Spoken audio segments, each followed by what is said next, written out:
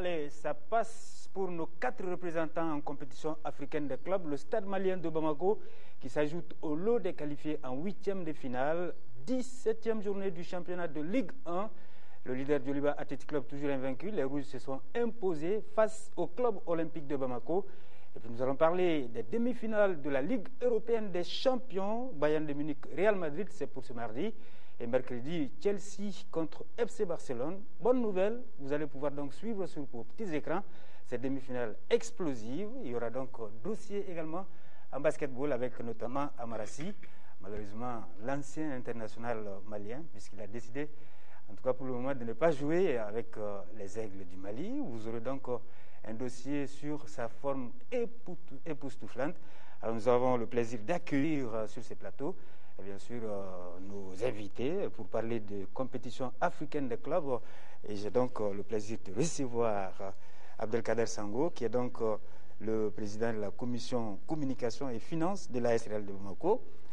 Voilà. Et Modibo Koulibaly, qui est donc le président de la commission communication du Djoliba Athletic Club. Avec nous également le 3e vice-président du Stade malien de Bamako, Mohamed Seiba Soumaré, et Soumano, voilà, excusez-moi, et puis Sidi Mohamed Dambélé, qui est donc le secrétaire général du club olympique de Bamako. Avec ces beaux mondes, nous allons donc pouvoir vous animer ce numéro des scores. Merci en tout cas de votre fidélité aux émissions sportives de la radio nationale, de la télévision nationale. On va commencer par le championnat de Ligue 1, notamment la 17e journée, je l'ai dit. Les Rouges du Djoliba Athletic Club qui sont toujours invaincus. Les Djolibistes se sont imposés face au club olympique de Bamako. Autre rencontre, bien sûr, la Jeanne d'Arc qui s'est imposée face à l'AS Police. Voici le compte-rendu de ces 2 matchs avec Abdul Karim Kaba. Après les différentes qualifications en 8e de finale des compétitions africaines, notamment en Ligue des champions pour le Djoliba AC et en Coupe de la Confédération pour le COB, les 2 formations se retrouvent pour le match phare de la 17e journée du championnat national de Ligue 1. Dans cette rencontre, ce sont les Verts qui attaquent leur premier. Après un bout de temps, les Rouges se ressaisissent et placent des contres. À 2 minutes de la fin de la première période, le Djoliba AC ouvre le score par son goléador, Boubacar Bangoura. C'est parti, Boubacar Bangoura Chokri dans le dos de la défense du COB. Chokri, il va peut-être marquer. Boubacar Bangoura Chokri, qui est l'opportuniste le garçon. Boubacar Bangoura Chokri. 1-0 pour les Rouges, score à la mi-temps. Au retour des vestiaires, les Olympiens continuent sur la même lancée, comme en première période. Pendant un bon quart d'heure, le COB accentue la pression et n'arrive toujours pas à scorer. Le Djoliba AC reprend les choses en main. 72e minute, le même Boubacar Bangoura double la mise pour son équipe. Le Djoliba qui décide d'appuyer sur l'accélérateur. Boubacar Bangoura Chokri. Après ce 2e but, les Rouges multiplient les offensives. À la suite d'une de leurs montées, le nouvel entrant Amara Fofana est fauché dans la surface de réparation. Le tir du buteur du jour, Boubacar Bangoura, est repoussé par Adama Keïta, le gardien de but du COB. On en restera là jusqu'au coup de sifflet final. Avec cette victoire de 2-0, le Djoliba AC conforte sa place de leader. Notre réussite et surtout notre chance actuellement dans les victoires nous a quand même permis d'ouvrir les scores en première mi-temps. Essayer de les garder avec une certaine jalousie parce qu'on a eu beaucoup de problèmes. Les 15 premiers ont été difficiles pour nous. Il y a eu quand même une réaction du COB qui a été très menaçante pendant 15 à 25 minutes jusqu'à ce qu'on arrive quand même à marquer le 2e but. Donc dans l'ensemble, je pense que ça a été quand même une très belle rencontre et c'est toujours bénéfique pour nous et encore dans notre conquête du titre. Aujourd'hui, on a vu une très belle rencontre digne vraiment des 2 équipes qui jouent la Coupe d'Afrique. Que ce soit le COB ou le Djoliba, par chacune des 2 équipes par moment quand même a produit un football agréable. Elles ont montré quand même que la qualification de nos clubs aujourd'hui vraiment démontre la valeur de notre championnat. Vraiment, il n'y a rien à dire sur le résultat. Je pense que de loin, le Djoliba était meilleur à nous sur tous les plans. Ça sort sur le plan physique, sur le plan engagement, ils étaient là. Donc je pense que c'est un match à oublier pour nous. Franchement, on a tout vu de notre côté sauf un match de football. Franchement, on a déjoué. Il va falloir qu'on se remette en cause afin de préparer les restes du championnat et la Coupe CAF. Le football que le SOB a produit aujourd'hui, franchement, ne mérite pas de gagner le match. Il faut le dire. Il ne faut pas se leurrer. Le Djoliba a été plus efficace. Ils ont joué plus simple que nous. Chaque fois qu'il y a ces situations qu'on a essayé d'apporter le ballon facilement, nous, on essaie de compliquer la vie. Donc je pense que les jeunes ont compris. Vraiment, on ne s'est pas donné. On a déjoué, il faut le reconnaître. On va continuer à travailler afin de préparer le reste du championnat. La Jeanne d'Arc en bleu clair et l'AS Police s'affrontent pour le deuxième match du jour au stade Modibo Keïta. Après 26 minutes de jeu, la GIA ouvre les balles par Boubacar Mariko. Score qui nous conduit à la pause. L'AS Police tente tout en seconde période sans succès. 76e minute, suite à un maniement de la balle dans la surface, les policiers obtiennent un penalty, lequel sera transformé par Alain Traoré, entré au cours du jeu. À un but partout, le jeu se durcit. Lorsque tout le monde voyait un nul pour ce match, Amadou Gakou Nanou, suite à une reprise de volée magnifique, brise l'espoir de l'AS Police à la 90e minute de jeu. Score final 2-1 pour la Jeanne d'Arc. Quand même, on est heureux parce que ça a été un match difficile. Et puis après, ceux qui étaient devant nous, ils avaient gagné. Donc on avait à cœur de nous rapprocher d'eux encore plus. C'est toujours le même objectif. On a fini la phase aller à la 3e place. On veut toujours assurer cette 3e place, c'est tout. C'est quand même clair, c'est très amer, mais ça c'est des problèmes de concentration de fin. Il est démontré quand même qu'une équipe qui est à la queue est difficile dans son mental, est quand même pesée dans son mental.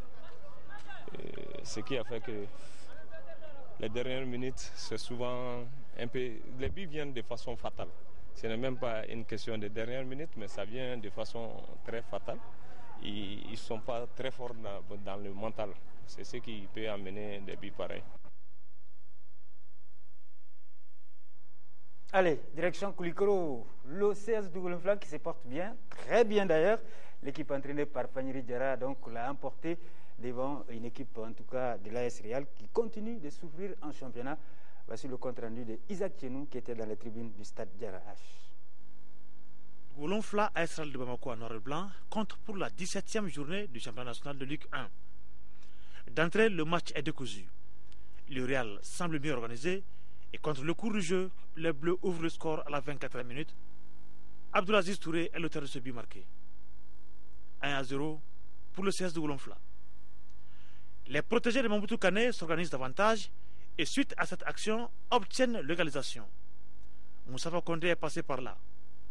1-1, score à la mi-temps. Au retour de la pause, les deux équipes se créent des situations de but. Dougoulonfla se montre plus concret et marque un deuxième but à la 65e minute par Bourama Sidibé. 2-1, score final. C'est très douloureux, vraiment je suis très déçu par le comportement des joueurs.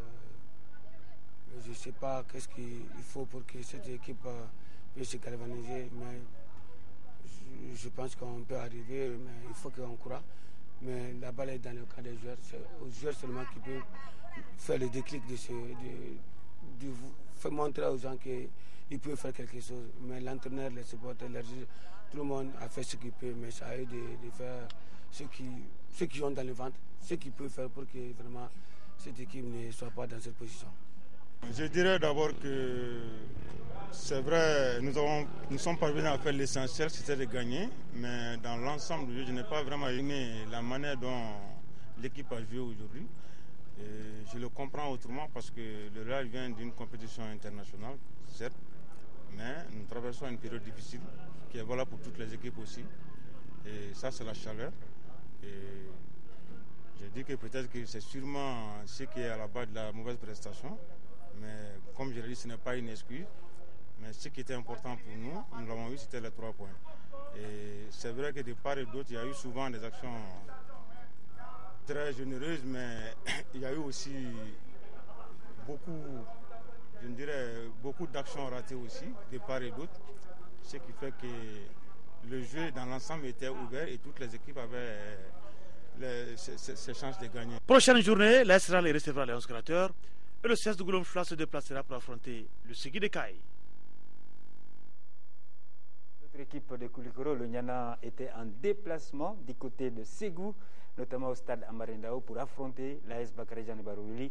Victoire des hommes de Dougouti Keita et Al-Jumatina nous fait le compte rendu. L'AS Bakary Diagne, tout de vert vêtu, n'a pas raté l'occasion de prendre provisoirement la 3e place de Ligue 1 en cette 17e journée. Face au Niana, les hommes de Moussa Keita Dougouti vont pourtant avoir du mal à dominer leur adversaire pendant les 45 premières minutes. Ils partent désespérément à la mi-temps sans pouvoir marquer et sans pouvoir trouver de réelles occasions. De retour de la pause, les locaux reviennent mieux organisés. Ils vont bousculer le Niana et trouvent finalement l'ouverture du score à la 62e minute par Diatiki Bagayoko de la tête. 1-0, l'AS Bakary Diagne réussit à conserver cet avantage.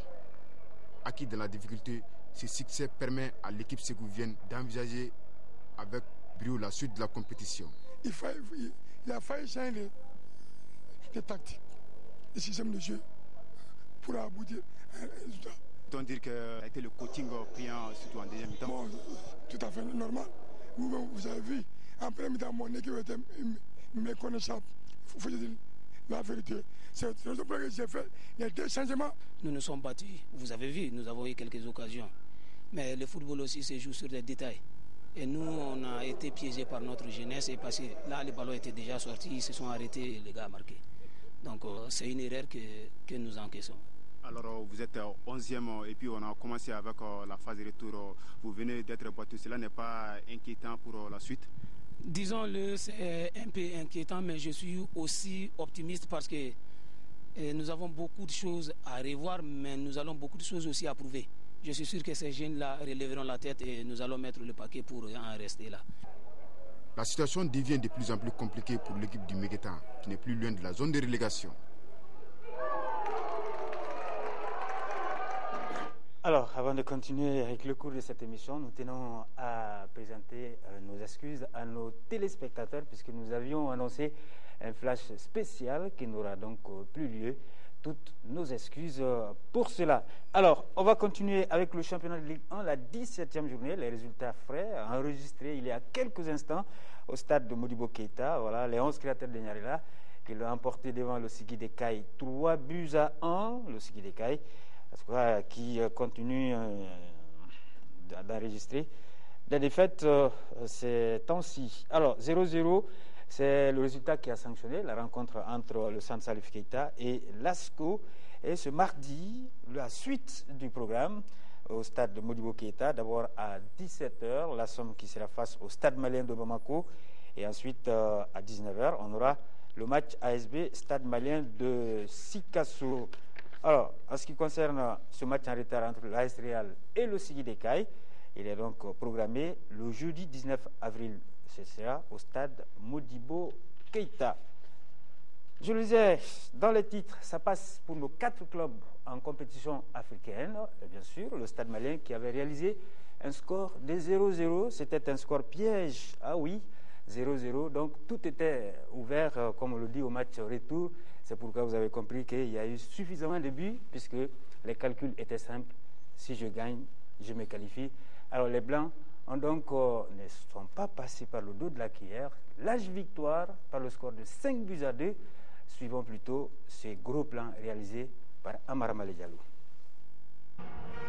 Amis sportifs, mesdames et messieurs, bonsoir et bienvenue ici au stade du 26 mars à Irimadio pour ce match de la Ligue africaine des champions, match retour entre le stade malien de Bamako et Tonnerre du Bénin. C'était un match hyper important pour le représentant malien, le deuxième représentant malien en Ligue africaine des champions. Le match allait s'est soldé par un nul de 0 but partout. C'était un score piège, on a l'habitude de le dire, mais le stade a une équipe qui a une grosse ambition cette année.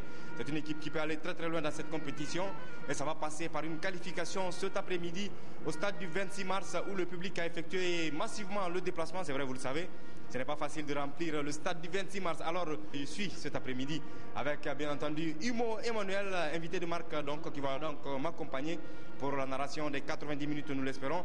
Humo Emmanuel, bonsoir. Bonsoir. Voilà, je rappelle donc que vous êtes nigérian et que vous jouez au Stade malien de Bamako depuis quelques saisons.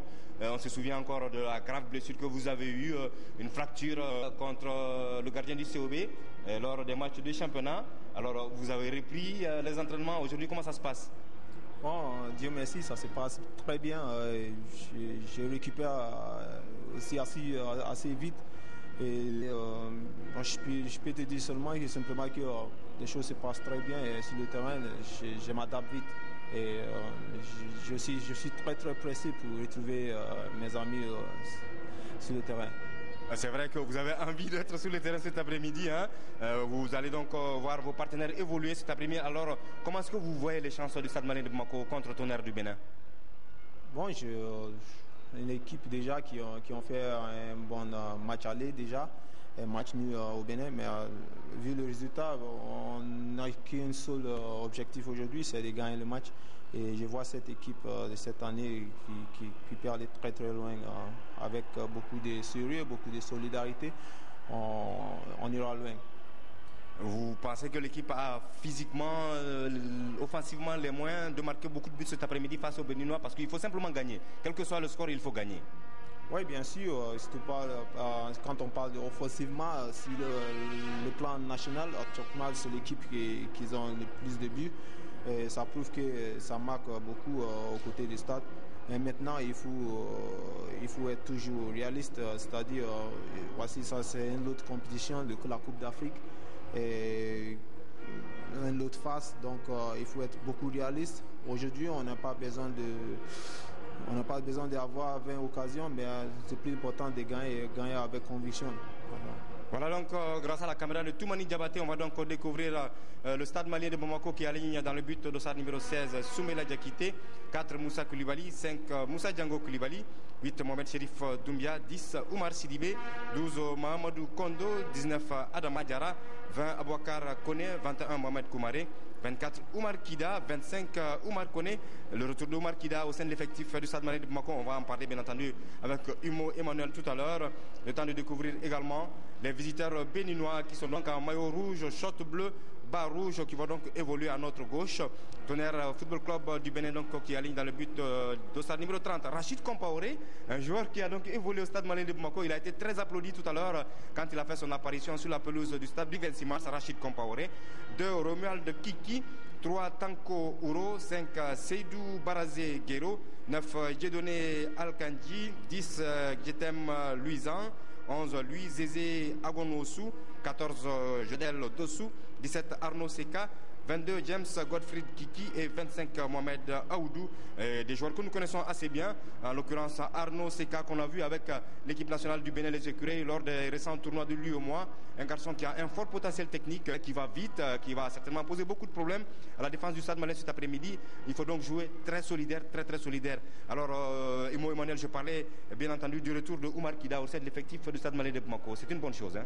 Oui, c'est une bonne chose parce que c'est un joueur beaucoup expérimenté sur le plan national et sur le plan continental.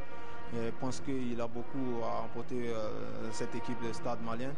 On l'a vu à chaque fois que tous les supporters maliens se sont unis autour des représentants maliens et je pense que c'est une bonne chose. Effectivement, c'est une bonne chose puisque c'est une équipe malienne qui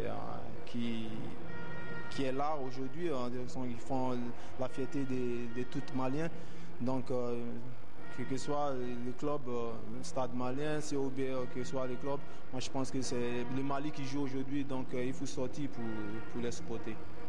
Et le coup d'envoi qui vient donc de partir avec les stadistes à l'engagement est déjà un premier ballon dangereux dans la défense de Tonnerre du Bénin. Les stadistes qui vont essayer de bien exploiter cette balle avec le centre qui va survoler la transversale de Rachid Compaoré, le centre de Oumar Kida avec son dossard numéro 24.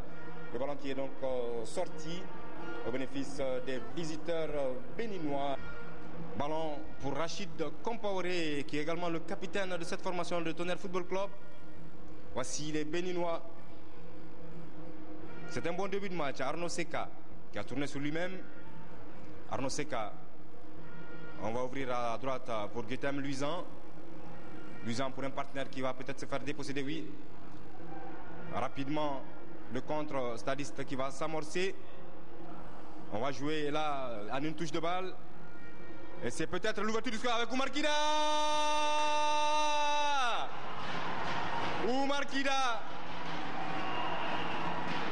Oumar Kida qui ouvre le score au sortir d'une superbe combinaison du Stade Malien de Bamako. Il a contrôlé avec beaucoup de sang-froid dans la surface de réparation pour battre du pied gauche Rachid Compaoré. Et c'est 1-0 pour le Stade du Emmanuel. Bonne combinaison, comme tu as si bien dit. Ça s'est joué à une touche de balle. Souvent, c'est pourquoi c'est très évident quand on joue dans une touche de balle, ça va plus vite. Donc, bonne opération, bon but. Donc déjà, c'est une bonne chose pour le Stade. La 10e minute plus exactement. 10e minute, ouverture du score pour le Stade Malien de Bamako. Oumar Kida est passé par là. Et ça fait 1-0 pour le Stade Malien de Bamako. C'est bien parti. Le Stade qui est en train de lever les pieds tout doucement. James Godfried Kiki. Le Stade qui ne doit pas lâcher maintenant. Parce que les Béninois ont envie d'égaliser. Heureusement que cet autre ballon est sorti. Louis Zézé Agonosou. Il ne faut pas relâcher maintenant. Il ne faut pas relâcher maintenant. Vous l'avez dit, Emmanuel. Il faut rester concentré jusqu'au coup de sifflet final. Sinon, ça peut se payer cash. Oui, ça peut se payer cash. Il faut rester concentré. Mais 1-0 déjà, c'est pas évident. 1-0, c'est déjà un score piège. Il faut essayer de marquer un deuxième but pour se mettre à l'abri. Voilà, se mettre à l'abri. Ballon récupéré par les Béninois. Louis Zézé Agonosou. Romuald Kiki, le centre est parti. La tête plongeante de Moussa Koulibaly. Le pied gauche de Oumar Koné qui concède une autre touche. Juste sous les yeux de l'entraîneur béninois Kofi Moses, tout excité. Les Béninois qui récupèrent encore cet autre ballon. Voici Romuald Kiki. Romuald Kiki qui revient sur Guetem Luisan. Seka sur le côté gauche là-bas, dévancé par Mahamadou Kondo. Les stadistes vont donc pouvoir remonter le cuir avec Abouakar Koné. Abouakar Koné, Cheikh Mohamed Cherif Doumia, intervention défensive béninoise avec Tanko Ouro. Et bon retour stadiste avec Adama Diarra. Et Oumar Sidibé qui ne pourra pas récupérer ce ballon de la tête. Bien qu'il ait sauté, les Béninois avec Jodel Dossou. Jodel Dossou s'est bien remis ce ballon de la tête. L'intervention de Moussa Django Koulibaly qui envoie ce ballon dans les nuages. 22 minutes dans cette première mi-temps. Toujours 1-0. Le but de Oumar Kida à la 10e minute. Et le slalom béninois. Le slalom béninois interrompu par Moussa Koulibaly. Abid Sharef Mehdi, l'Algérien, va ordonner l'exécution de cette balle arrêtée. Soumela qui a donc placé son mur. La frappe puissante. L'égalisation béninoise. L'égalisation béninoise. L'égalisation de Tonnerre Football Club sur cette frappe surpuissante que Soumela a déviée sur son poteau. On va chercher, voilà, c'est bien lui, Romuald Kiki qui égalise pour Tonnerre Football Club du Bénin. On avait parlé des balles arrêtées de coup franc qu'il fallait exploiter et les Béninois l'ont fait. Ouais, les Béninois ils ont fait et donc maintenant c'est à nous maintenant de tirer une leçon en ça. Le coup pied arrêté c'est très important, donc dans ça il faut être hyper concentré. On a vu avec tout à l'heure avec l'équipe béninoise, ils ont eu et puis ils ont profité et voilà. Un but partout, donc maintenant il faut aller chercher un but encore. Maintenant de marquer maintenant pour qu'on se mette à l'abri, c'est tout. Il faut chercher au maximum de buts pour se mettre à l'abri parce qu'il y aura un but, c'est encore une match piège. C'est maintenant aux attaquants de lire le jeu. Ils sont allés plus vite que le ballon. Et il faut lire le jeu, il faut être beaucoup lucide devant le but. On a besoin de ça. Et voici Oumar Koné qui a débordé à gauche là-bas. Peut-être ce ballon, ça rentre pas. Ça rentre pas, c'était bien joué à Abouakar Koné. Au sortir de ce travail de sape de Oumar Koné sur le côté gauche, avec à la conclusion le centre qu'on a récupéré au deuxième poteau pour mettre sur orbite Abouakar Koné, dont la frappe n'a pas pris le chemin défilé de Rachid Compaoré. C'était là la réaction du stade. Et là, c'est une bonne réaction. Ils réagissent bien, c'est un bon signe déjà. Donc, il faut rester toujours dans le même registre. continuer à presser, pour continuer à croire. Voilà, je pense qu'avec ça, ça va venir. Ça va peut-être venir, peut-être l'occasion. Deuxième but. Mohamed Koumaré. Mohamed Koumaré. Voilà le stade qui répond bien. 25e minute. Mohamed Koumaré qui redonne l'avantage au stade malien de Bamako. Avec ce ballon raté par le dernier défenseur béninois, Seydou Barazé Guero qui s'excuse. Et à la conclusion, Mohamed Koumaré met la balle au fond des filets. 2-1 pour le stade malien de Bamako. 2-1 pour le stade malien de Bamako. Comme j'ai si bien dit tantôt, il faut rester serein, il faut rester concentré. On a encaissé, mais on revient encore, on presse et on presse jusqu'à on arrive à marquer un deuxième but. Déjà, maintenant, il faut être hyper concentré, aller chercher encore un autre but pour se mettre à l'abri, parce que c'est très important. Un but des cas différents, c'est pas tout à fait évident. Il faut aller chercher un autre but.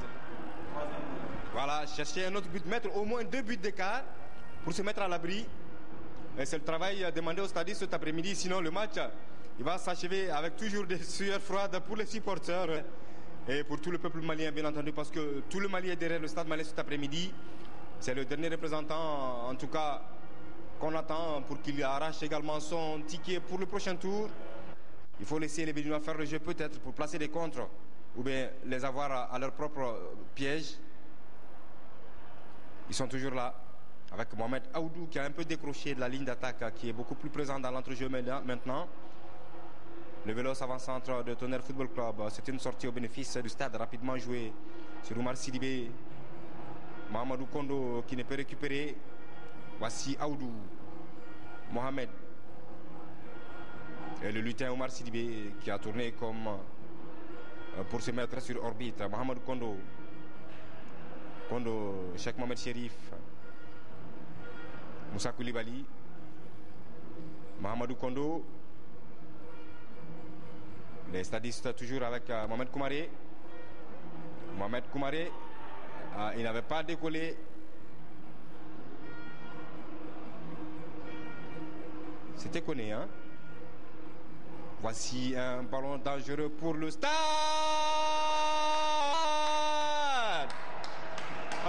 Oumar Kida qui fait apprécier son jeu de tête.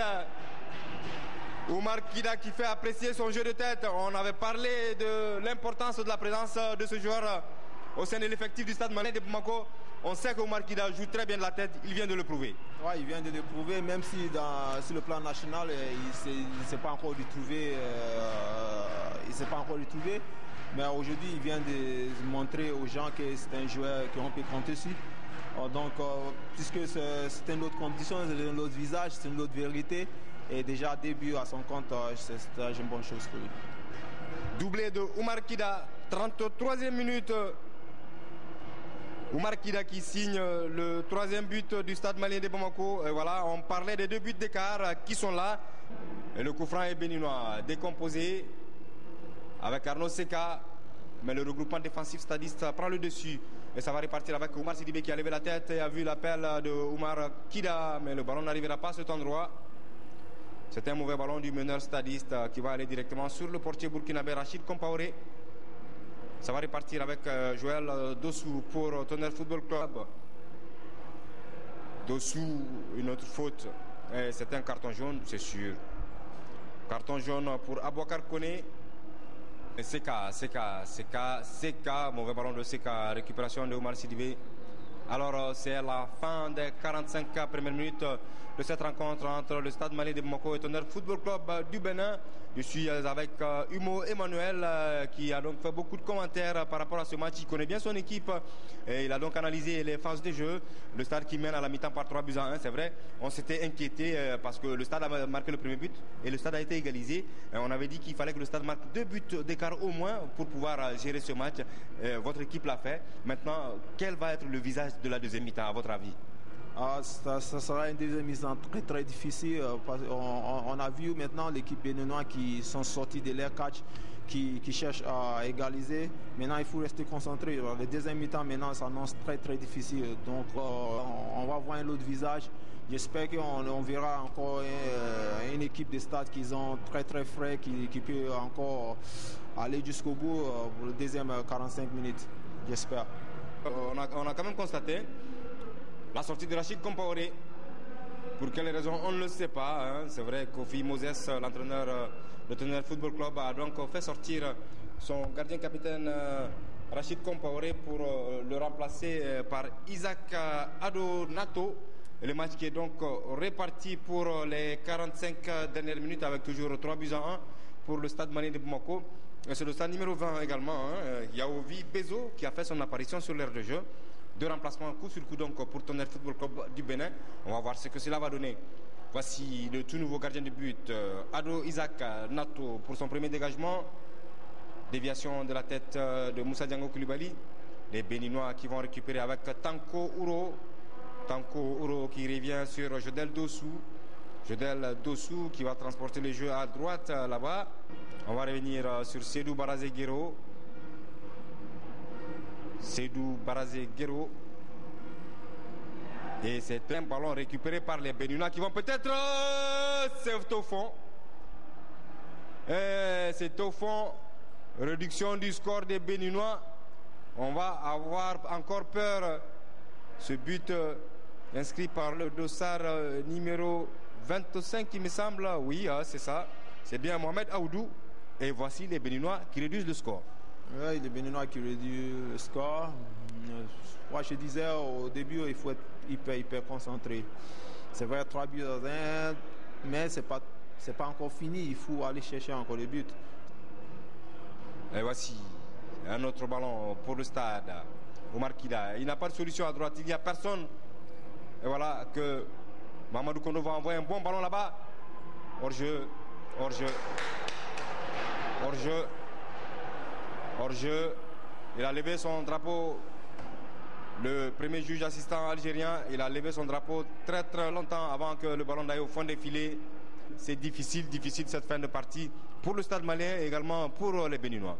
Très difficile, une fin de partie très difficile. Comme je disais tantôt, ça sera une deuxième mi-temps très difficile. Maintenant, il faut faire attention. Maintenant, je pense qu'on pourrait marquer. Sans commentaire. Les buts complètement vides. Et pour une fois, M. Meknes Mohamed, l'Algérien, n'a pas levé son drapeau. C'était calculé comme du papier à musique.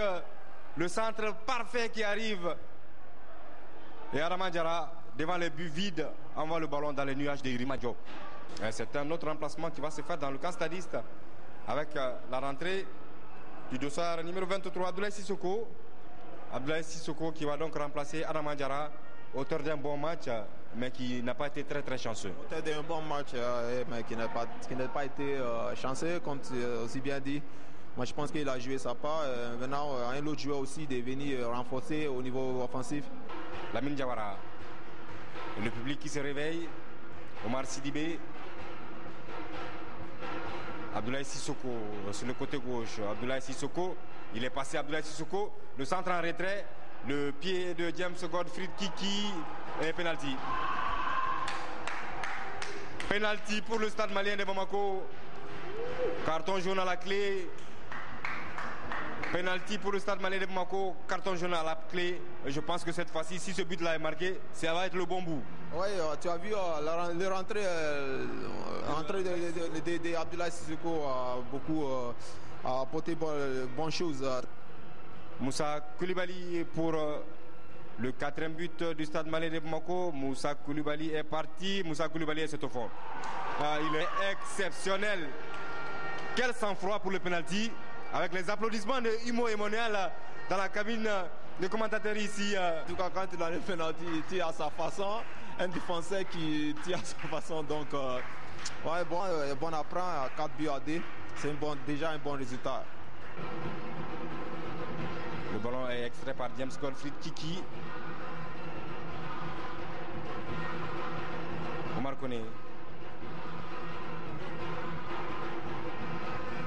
Le pied gauche qui renvoie ce ballon sur Abdoulaye. Abdoulaye Sissoko, Mohamed Koumaré, il a levé la tête, Mohamed Koumaré. C'est bien parti. Abdoulaye Sissoko. Abdoulaye Sissoko, coaching payant de Abdourazak Karim sous les applaudissements de Imo Emmanuel. Coaching payant de Abdourazak Karim. Et ça fait 5-2 pour le Stade Malien de Bamako. Il était à l'origine du penalty, Abdoulaye Sissoko, entré en cours de jeu dans cette deuxième partie. Et le voilà qui signe le 5e but du Stade Malien de Bamako, Abdoulaye Sissoko, véritablement très prépondérant dans ce match. Effectivement, on a vu vraiment que le changement a payé. La rentrée d'Abdoulaye Sissoko, il a pesé beaucoup aussi la défense béninoise. Donc on peut seulement féliciter l'entraîneur qui a bien si bien lu le match.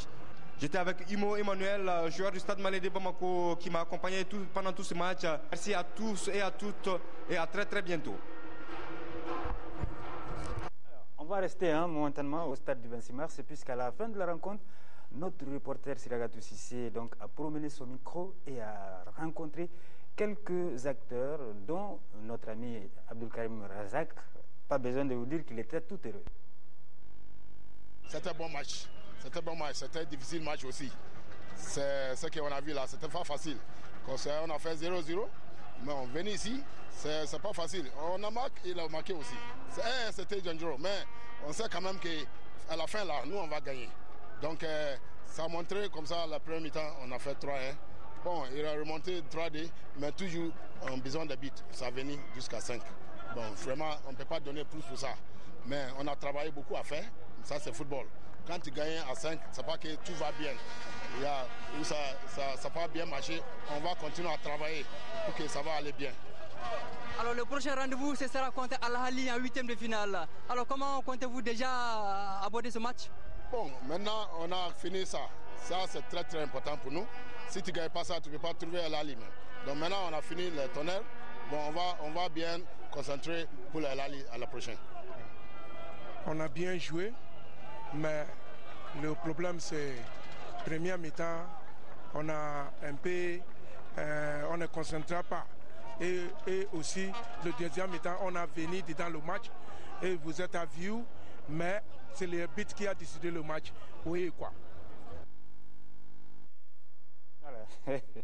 Le comité exécutif de la Fédération malienne de football, en tout cas, qui a enregistré avec beaucoup de satisfaction la qualification de nos clubs en 8e de finale de ces compétitions africaines des clubs, et voilà, et qui adresse ses chaleureuses félicitations au club et à l'ensemble du public sportif pour ces brillants résultats. Récapitulons un petit peu les adversaires de nos clubs en 8e de finale. Le Stade Malien de Bamako, qui vient donc de décrocher son ticket, va jouer contre Al-Ahly d'Égypte. Match aller ici à Bamako, ce sera dans 2 semaines. Le Djoliba Athletic Club qui va donc croiser le fer avec Sunshine Stars du Nigeria. Match aller également ici à Bamako. Alors en ce qui concerne la Coupe de la Confédération, l'AS Real va rencontrer le Wydad Casablanca du Maroc. Match aller au Maroc. Et le Club Olympique de Bamako aura comme adversaire un club qui n'est pas un inconnu du public sportif malien. Il s'agit de NP d'Égypte que le stade avait éliminé en 2009, bien sûr, dans cette Coupe de la Confédération. Match aller ici voilà, en Égypte. Voilà. C'est bien clair et on retrouve avec plaisir nos invités. Voilà, pas de mine grise ici. Tout le monde est qualifié, tout le monde est content, tout le monde est tout heureux. On va commencer par Mohamed Seiba Soumano. Alors, le Stade Malien de Bamako, c'est vrai qu'il décroche son ticket. Ce n'était pas évident, un score piège, comme on l'a dit, à l'aller, 0-0. Alors, il fallait donc trouver les mots justes pour pouvoir non seulement remonter les garçons et leur faire comprendre, en tout cas, tout le danger qui était là. Et finalement, ils s'en sont vraiment bien sortis. Oui, merci Kodjisbi. Bonsoir à l'ensemble des téléspectateurs. Effectivement, c'était un score piège, comme vous l'aviez dit. C'était effectivement un bon résultat. Mais le bon résultat, c'était pour tout le monde. C'était un bon résultat pour Tonnerre, un bon résultat pour le stade. Alors nous avions tenu ce propos aux joueurs. On les a dit qu'en début de saison, ils jouent le championnat pour aller en compétition africaine. Et là, ils sont en compétition africaine. Donc il fallait Ils ont fait un bon résultat au match aller. Il fallait confirmer au match retour parce qu'on voulait quand même penser ce tour. Parce qu'en début de saison, on s'était fixé comme objectif, surtout au niveau de la compétition africaine, l'accès à la phase de poule. Donc on avait la possibilité de consolider le résultat que nous avions fait au match aller. Donc on les a tenus ce propos-là. Je crois qu'ils nous ont entendus. Ils ont travaillé pour ça et ils ont pu passer ce cap. Et ils se retrouvent en huitième de finale, ils ont rejoint les autres. Et je pense que ce n'est que mérité parce que c'est le football malien même qui a un certain essor. Et je crois que sur cette lancée, on doit pouvoir faire quelque chose cette année. Alors, enfin, on va donc aller avec Modibo Koulibaly. C'est vrai que le Djoliba Athletic Club n'a pas joué le match retour. Voilà, l'adversaire du Djoliba n'a pas effectué le déplacement, mais cela n'enlève rien au mérite des Rouges de Bamako qui, déjà en déplacement, l'avait emporté par 2-0 et qualification tout à fait logique. Hein. Oui, je pense que l'essentiel avait été fait déjà au match aller et bon, l'adversaire ayant jugé nécessaire de ne pas effectuer le déplacement, bon, ça fait qu'on a un match à moins, mais nous sommes tout heureux de nous qualifier quand même. Voilà. Sidi, c'était pas évident pour le club olympique de Bamako, un club qui souffre un petit peu, disons les choses telles qu'elles sont. En championnat, le club olympique de Bamako occupait en tout cas, comme on le dit, la deuxième partie du classement. Donc, en vue des compétitions africaines, ce n'était pas du tout rassurant. Mais alors, qu'est-ce qui a été le mot d'ordre pour galvaniser, pour pouvoir assurer cette qualification en Coupe de la Confédération? Merci Kodji et bonsoir à tous les téléspectateurs. Moi, je commencerai d'abord mon propos, si vous me permettez, de féliciter d'abord les supporters d'être sortis nombreux pour venir soutenir le COB. Parce que vous savez que nous, on est un club qui n'a pas beaucoup de supporters, donc les gens sont sortis très nombreux. Mon deuxième remerciement, c'est à l'endroit aussi de tous les entraîneurs de clubs de première division qui n'ont pas ménagé leur temps pour nous aider donc à bien préparer ce match retour. Donc, comme vous l'avez dit, on est une équipe qui connaît des petits problèmes en championnat, surtout au démarrage. Mais la Coupe d'Afrique est quelque chose de particulier. Et aussi, la régularité du championnat du Mali a favorisé donc le COB. Parce que si vous regardez toutes les équipes qui se sont qualifiées, les buts décisifs sont venus en deuxième mi-temps. Donc, nos adversaires, en tout cas physiquement, ont beaucoup baissé en deuxième mi-temps. Donc, c'est pour dire aussi que nous avons un championnat de bon niveau.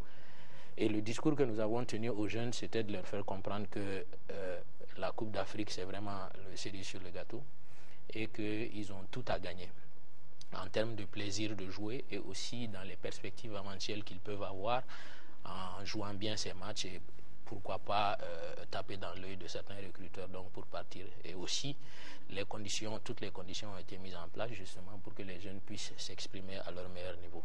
Alors, Abdelkader Sango, hein, il le disait, il regrettait hors micro tout à l'heure le départ de certains de ses joueurs. C'est vrai qu'au Real aussi, c'était pas du tout gagné d'avance, puisque en championnat, vraiment, le Real est en train de souffrir. Qu'est-ce qui a été aussi votre mobilisation? Comment vous avez fait pour remonter vos joueurs, vraiment pour assurer ce résultat et faire oublier surtout cette élimination précoce la saison dernière par Tifrak Zeina? Merci Kodji, bonsoir chers téléspectateurs. Dans la même foulée que mon ami Sidi, je félicite tous les clubs qualifiés, c'est très important. Ça montre toute la valeur de notre championnat et le niveau de nos clubs. Comme je le disais à mon ami Soumano tout de suite, et les joueurs qui m'ont quitté la saison dernière ont été très décisifs. Mais n'empêche que nous avons joué avec nos moyens. C'est vrai que c'est un challenge très important pour nous. Ces 2 dernières années, nous avons participé aux compétitions africaines, notamment la Coupe CAF. L'année dernière, nous sommes sortis au premier tour contre une bonne équipe mauritanienne. Cette année, nous avons tiré les leçons de cette élimination et l'entraîneur, il a su motiver ses joueurs. C'est vrai qu'au match aller, nous avons perdu par 1-0. Mais au match retour, nous avons pu remotiver notre troupe et nous avons joué avec tous nos atouts. Et le score de 3-1 reflétait vraiment le niveau du match. Et je crois que c'est un challenge très important pour nous d'aller très loin dans cette compétition. Alors, on va revenir à Soumano. C'est vrai que le prochain adversaire du Stade malien s'appelle Al Ahly d'Égypte. Et comme on le dit, ça c'est une autre étape. Alors, aux grands défis, les grands moyens, on apprécie déjà quelques efforts qui ont été faits à l'occasion de cette 16e de finale, puisque vous avez envoyé en tout cas un superviseur pour voir l'adversaire à l'occasion du match aller. Alors, qu'est-ce qui est prévu comme moyen? Qu'est-ce que vous allez, en tout cas, est-ce que vous allez revoir à la hausse, en tout cas, ces moyens, ces efforts pour faire face à la Ligue qui n'est pas vraiment un inconnu ici sur la scène africaine? Oui, effectivement, Al-Ahly, c'est un grand club de nom. Nous aussi, nous disons que le nom ne nous fait pas peur. C'est un adversaire qu'il va falloir que l'on joue. On va le jouer.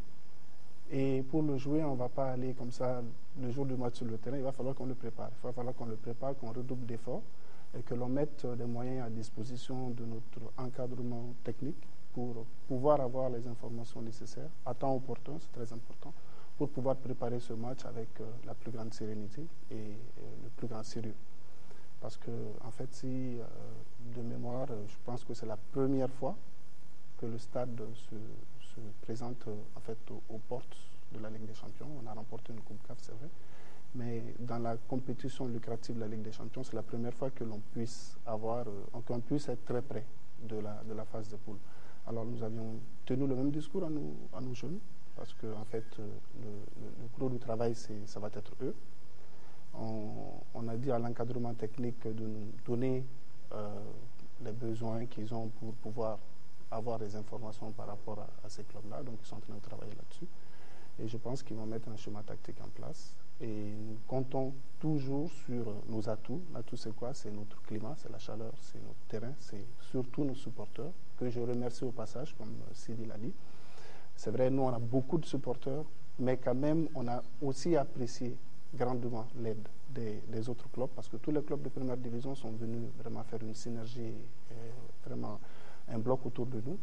Et d'ailleurs, je présente comme ça aussi, je le disais à Modebo hors micro, en fait, solennellement, les excuses du comité exécutif du Stade malien à l'endroit du comité exécutif et du comité des supporters de Djoliba par rapport en fait, aux regrettables mésententes qu'il y a eu entre les supporters, mais qu'on a vu se passer à cause de l'esprit patriotique de chacun, parce qu'on savait que c'était une affaire du Mali. Donc on va mettre en place, on va essayer de capitaliser tous nos atouts.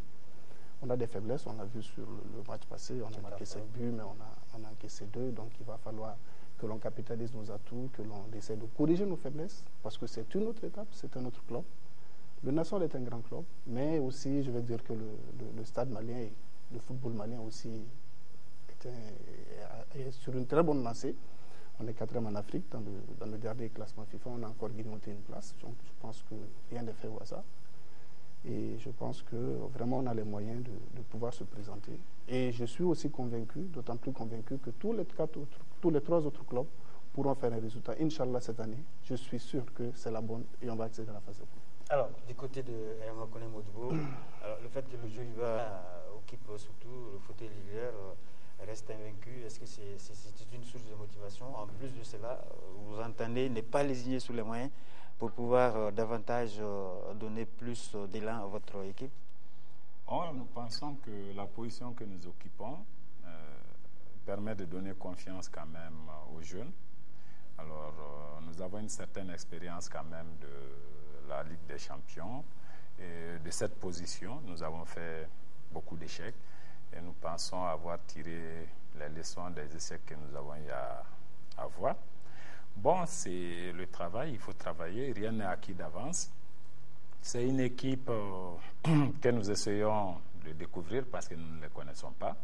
Mais nous allons mettre tous les moyens, n'est-ce pas, à la disposition des techniciens pour qu'ils puissent avoir au moins des idées, sinon voir l'équipe avant le match aller, ce qui leur permettra de mettre les plans en place pour pouvoir jouer vraiment. Parce que je sais qu'il faut tout faire pour que le match aller soit gagné avec un bon score. Nous savons que les matchs retour sont toujours difficiles, surtout dans des pays comme le Nigeria. Mais même le Nigeria, nous avons l'habitude de les jouer. Et je crois que d'autres clubs maliens aussi les ont joués. Et vraiment, nous pensons pouvoir tirer notre épingle du jeu. C'est une équipe qui ne nous fait pas peur, mais que nous prenons très, très au sérieux. parce qu'à ce niveau, rien n'est laissé au hasard. Et je pense que tout va aller, comme l'a dit Seiba, pour tous les clubs cette année, Inch'Allah. Alors, Abdelkader Sango, en Coupe de la Confédération, le Real qui va jouer contre le Wydad Casablanca du Maroc. C'est vrai que cette première qualification, le Real a joué un petit peu dans l'inconnu. C'était un saut dans l'inconnu. On n'a pas entendu que vous ayez envoyé des émissaires. Alors, vous êtes limité en tout cas à des moyens tout juste, comme on le dit. Alors, est-ce que cette fois-ci, l'ampleur de la chose va faire en sorte que vous déployiez plus de moyens pour faire face à cette rencontre, hein? Parce que le Real a ses chances quand on sait que le match retour, ça va se jouer à Bamako. Okay, merci Cody. Nous sommes dans la dynamique de la compétition. C'est une compétition africaine et quand on joue cette compétition, on doit jouer avec ses moyens. Nous allons mettre tous les moyens aussi pour mettre l'équipe dans les meilleures dispositions. Comme l'a dit mes autres collègues, nous allons voir comment superviser l'équipe. Nous allons voir tous les atouts qu'on peut utiliser pour passer ce tour. Ce n'est pas le nom du Wydad qui nous effraie, en fait, mais c'est par rapport à l'enjeu que nous allons nous comporter. Nous avons une équipe qui a montré de très bonnes dispositions lors du premier tour. Et je crois qu'avec ce qu'ils ont montré, on peut améliorer. C'est vrai que nous revenons de très loin. Contrairement aux autres clubs, nous n'avons pas cette expérience ces dernières années de la compétition africaine. Mais nous avons nos atouts, nous avons nos moyens. Nous avons une équipe très enthousiaste. L'entraîneur, il est très déterminé, très engagé. C'est un entraîneur qui en veut. On va le mettre dans les meilleures dispositions pour affronter l'équipe. Si possible, on va aller superviser l'équipe du Wydad, ce qui est normal. Nous avons la chance de jouer le match retour à Bamako et je pense que nous allons jouer à fond pour passer ce tour parce que ça fait partie de nos objectifs au début de la saison. Alors Sidi, du côté du club olympique de Bamako, quelles sont les dispositions en cours justement pour franchir ce palier? Donc pour franchir ce palier, c'est un peu ce que nous avons mis en place depuis le début de la saison, c'est-à-dire c'est de mettre les enfants dans des conditions qui puissent leur permettre de s'exprimer à leur meilleur niveau. C'est pourquoi donc ils sont à l'internat depuis bien avant le match contre le Tchad et ils sont toujours à l'internat. Ils ont seulement eu la journée du samedi pour aller voir la famille. Donc les conditions sont réunies pour qu'ils puissent bien s'entraîner. Et aussi, comme au match aller, si vous vous rappelez, on a envoyé l'entraîneur du COB superviser donc les Tchadiens. Je pense que ça a été positif parce qu'au match aller, nous avons pu marquer 2 buts chez eux. Et donc pour ensuite gagner ici au match retour. Donc contre NPP aussi, nous allons tout mettre en œuvre pour pouvoir avoir les meilleures informations justement sur le jeu de cette équipe et sur l'équipe et nous préparer en conséquence. Et comme je vous l'ai dit aussi, c'est la 3e fois que le COB participe à une Coupe CAF. Donc l'appétit vient en mangeant. Je pense que nous avons compris aussi beaucoup de choses. C'est pourquoi je vous disais tantôt que c'était des matchs différents des matchs de championnat. Et donc les enfants ont conscience de cela et je pense que nous avons un bon coup à jouer. Je crois qu'avec le Soudan, nous sommes le seul pays qui a fait 4 sur 4. Donc ça augure quand même que nous avons un bon niveau. Et je pense que nous avons tous les atouts aujourd'hui pour pouvoir passer au tour suivant aussi. Voilà, messieurs, merci en tout cas. Comme on le dit, le temps presse et la préparation, elle doit être de mise pour pouvoir en tout cas aller très loin dans ces compétitions africaines des clubs. Merci en tout cas d'avoir accepté notre invitation et surtout bonne chance. On rappelle que ces rencontres, c'est dans 2 semaines. Voilà, le Stade malien face à l'Al-Ahly, le Djoliba Athletic Club qui jouera contre Sunshine Stars, l'AS Real en Coupe de la Confédération face à Wydad Casablanca du Maroc et le club olympique de Bamako face à NP d'Égypte. On dit donc bonne chance à tout le monde et bravo surtout à nos clubs pour cette qualification assez brillante. On va changer de discipline pour parler de basketball et cette polémique à la tête de l'équipe nationale de basketball camerounaise justement par rapport à la nomination d'un nouvel entraîneur. Suivez plutôt. Souvent, les Lions indomptables sont au centre d'un imbroglio. Denis Lavagne ne fait plus l'unanimité et c'est sa compétence qui pose problème. Dans un rapport confidentiel au ministre des Sports, la direction technique nationale ne va pas de main morte pour qualifier le technicien français. C'est un animateur de football de quartier en France, écrit la DTN. Selon elle, Denis Lavagne n'a aucun diplôme d'entraîneur de haut niveau. S'il est vrai que le rapport de la direction technique nationale fait suite à la laborieuse victoire du Cameroun sur la Guinée-Bissau, Il faudrait surtout noter que le rapport de la DTN est une réponse, mieux une expertise donnée à la suite de la sortie du Premier ministre camerounais. 2 correspondances sous la forme de demandes d'explication ont été envoyées au ministre des Sports par la primature dans le but de clarifier les contours de recrutement de l'entraîneur français à la tête des Lions Indomptables. Se référant à la DTN pour clarifier le rôle de Denis Lavagne, le ministre des Sports a été servi par le brûlot qui fragilise un peu plus la position de l'ancien entraîneur de Coton Sport de Garoua. Recruté par l'Africa Foot, son contrat n'a toujours pas été validé par le gouvernement comme il est de coutume au Cameroun. Pendant combien de temps tiendra-t-il encore debout ou assis sur le banc des Lions Indomptables? C'est un nouveau cycle de cacophonie qui attend l'équipe nationale de football du Cameroun. S'il fallait faire une traçabilité par rapport à notre équipe nationale, aujourd'hui on ne serait pas en train de prendre un coach de première division pour en faire un coach des Lions Indomptables. Lions Indomptables, c'est l'expression de notre souveraineté. C'est la seule institution pour laquelle nous croyons encore. Alors la confier à un amateur comme Denis Lavagne, sincèrement, on ne sait pas à quel sens se vouer. Denis Lavagne est à la hauteur de celui qui dirige l'institution qu'est le football camerounais. Voilà, vous avez compris que c'était plutôt du football. On va donc aller avec quelques nouvelles. La finale de la Coupe de l'Amitié de l'IFM de Kangaba, la 9e édition. Ce sera pour le samedi 21 avril 2012. Voilà, le match aura lieu sur le terrain scolaire de l'IFM à partir de 16h. Rendez-vous est pris pour tous les amateurs de cette compétition.